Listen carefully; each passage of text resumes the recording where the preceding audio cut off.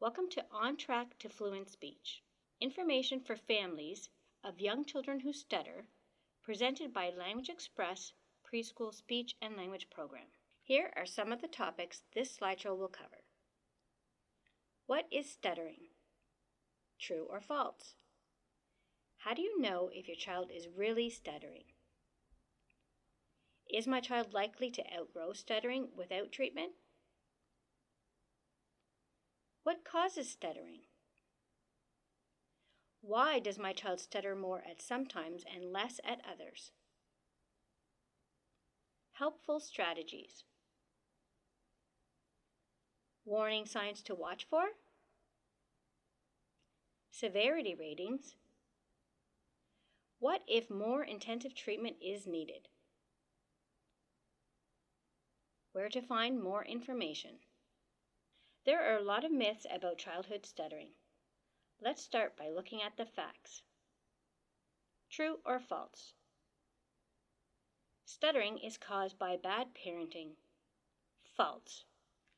We don't know exactly what causes stuttering. It may be one or a combination of things including hereditary and environmental factors. The research does not show that stuttering is caused by bad parenting or stress. True or false? It helps to tell a child to slow down. Take a big breath before you start talking, or think about what you want to say first. False. This may result in a child becoming more worried about the stuttering rather than reducing it. True or false?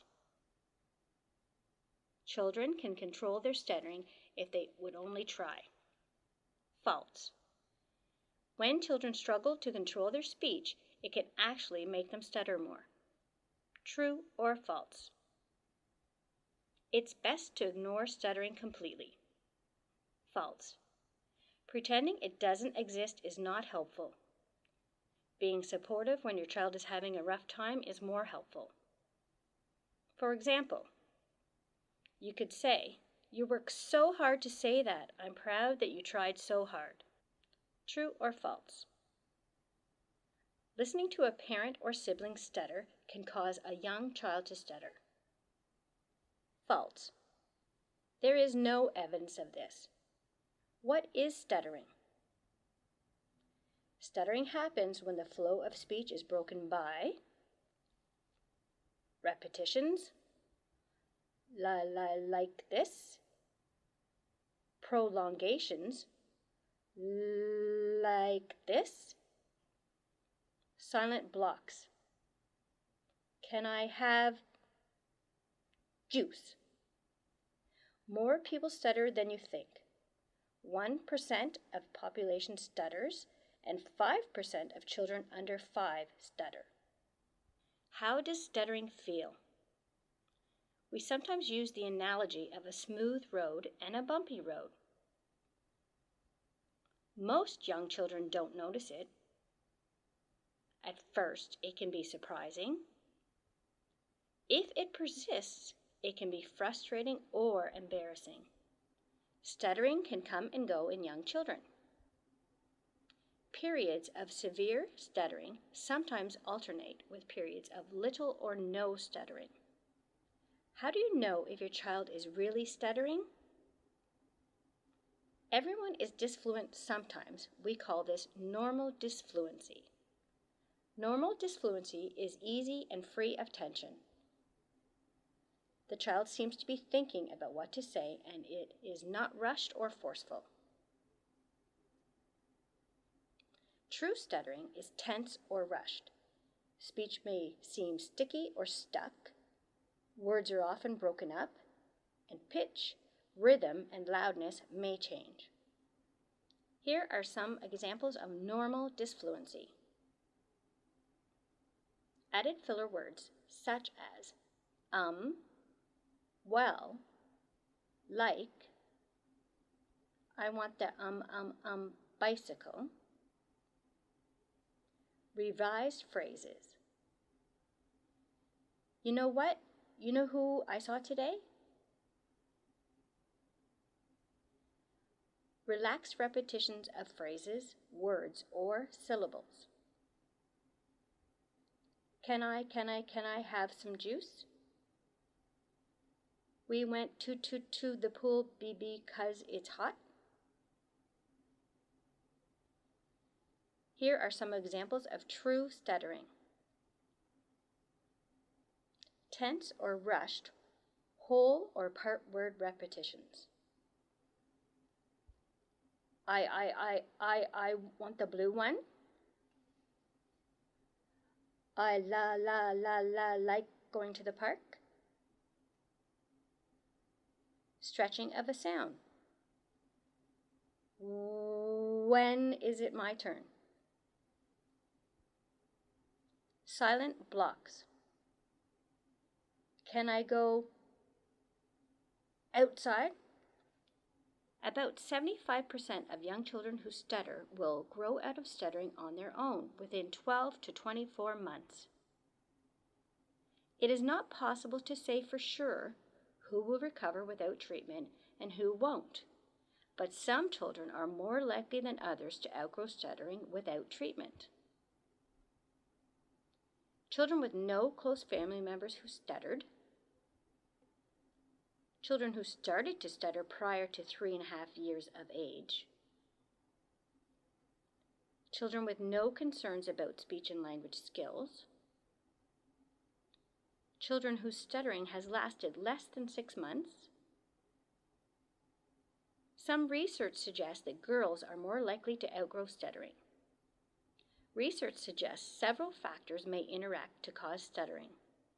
These factors include genetics or family history, motor skills, language skills, the child's temperament, and the child's reaction to the environment.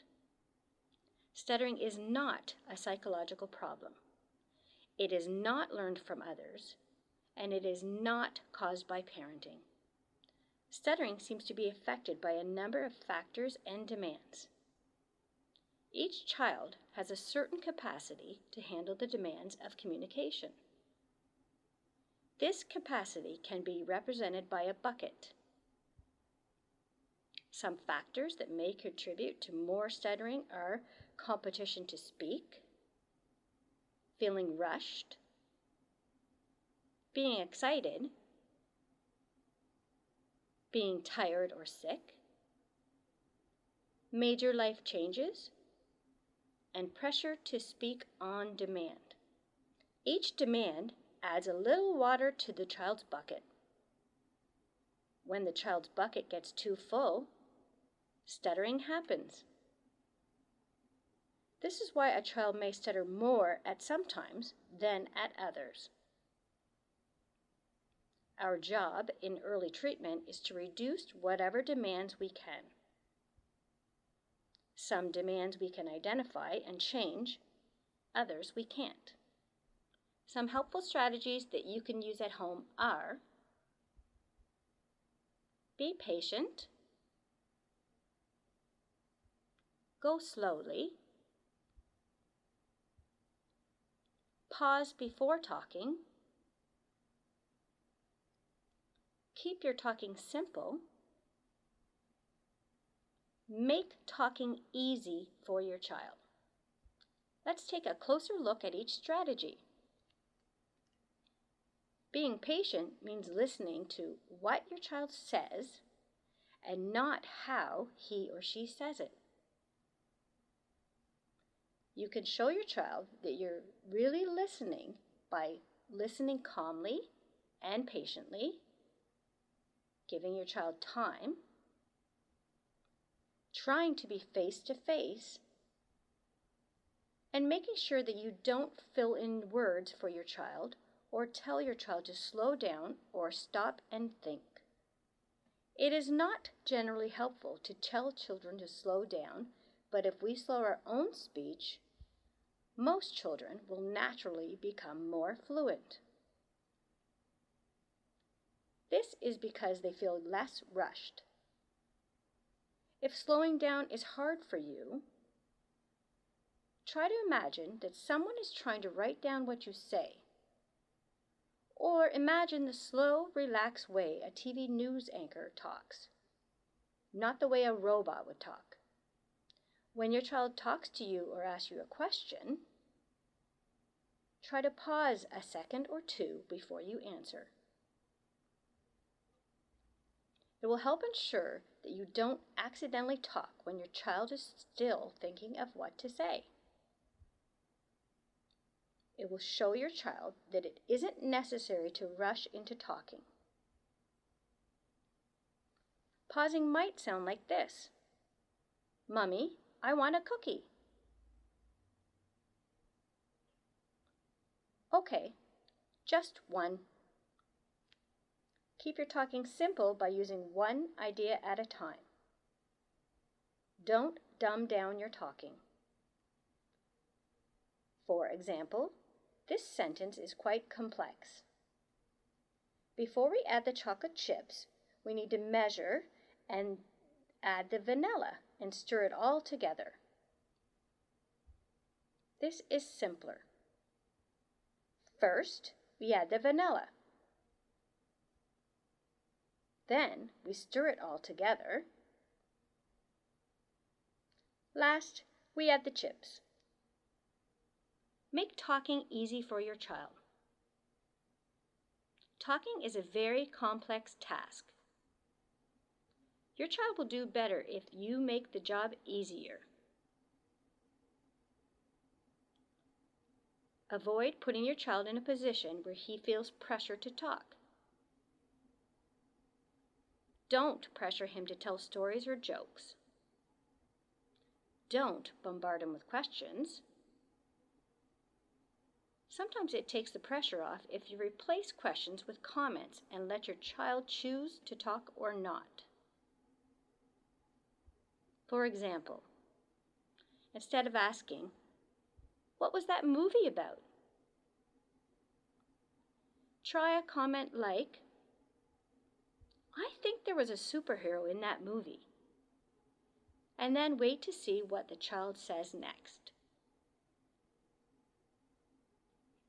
That being said, questions are a normal part of conversations.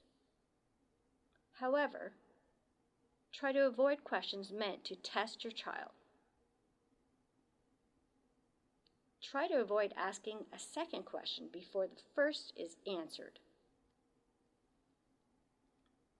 Ask questions that are supportive and easy to answer. For example, instead of "How was school?" try, "Did you go outside for recess?" Give your child lots of time to answer and respond positively. Eliminate corrections of speech and grammar. Never correct or punish stuttering. The best strategy is keep the talking slow and simple and give the child lots of time. No one can apply the strategies all the time. The best way to maximize their benefit is to set aside 5 minutes each day for undistracted one-on-one time with your child. Choose one of the strategies. Turn off the TV, computers, and phone. Choose an activity such as playing store, playing picnic, playing restaurant, playing with dolls or action figures, or looking at pictures. Allow your child to lead the play. Play on your child's level as another child would. There are other things you can do to help your child who stutters. Encourage good family turn-taking habits. For example, let's let Emily finish her idea and then it will be Ethan's turn. Every family member should get a similar amount of talking time. No one should hog the stage. Most children find it easier to talk when they don't feel they need to compete to be heard. Reduce developmental pressures. Many children stutter more at times when they are under pressure to develop their skills faster than they are ready. Look for ways to offload pressure where you can. Slow the pace of life. Parents can reduce time pressure by reviewing daily routines to make sure that child's schedule is not so busy that it does not leave time to talk about his or her experiences in a slow and unhurried manner. Protect sleep and health. Many parents report that their child stutters more when they are tired or sick. Do your best to keep a regular eating and sleeping schedule. Build confidence. Focus on what your child does well and praise the positive. Use specific descriptions such as, "I love your stories. You have a great imagination." Be consistent. Set clear, reasonable expectations for behavior and be very consistent about consequences. For example, if your child hits another child at the park, you will leave the park immediately, every time, without exception. All children benefit from consistent limits. The child who stutters should have the same opportunities, responsibilities, expectations, and consequences as any other child. Parents often ask what to say when their child is stuttering. Do reassure your child. For example, "It's okay. Lots of kids get stuck sometimes." Some children are comforted by a touch or a hug. Do praise your child for sharing his or her ideas. Don't mock, punish, or correct stuttering. It can be hard to tell the difference between normal disfluency and emerging stuttering. Also, stuttering can change over time. Some signs that might indicate that the problem is getting worse include stuttering is happening more often. For example, it was a few bumps in 5 minutes of talking, and now it's 20. Stuttering is becoming more consistent. For example, it was a few times per day, and now it is every conversation.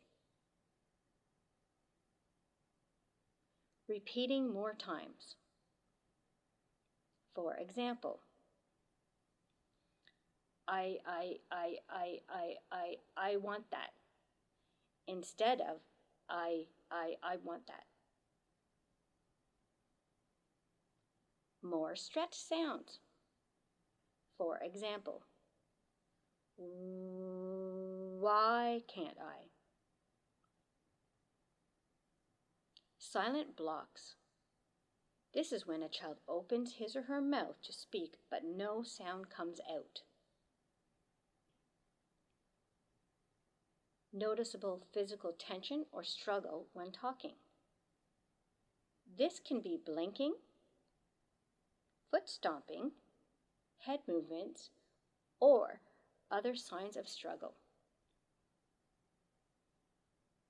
Changes in pitch or rhythm. Signs of concern or frustration before or after talking.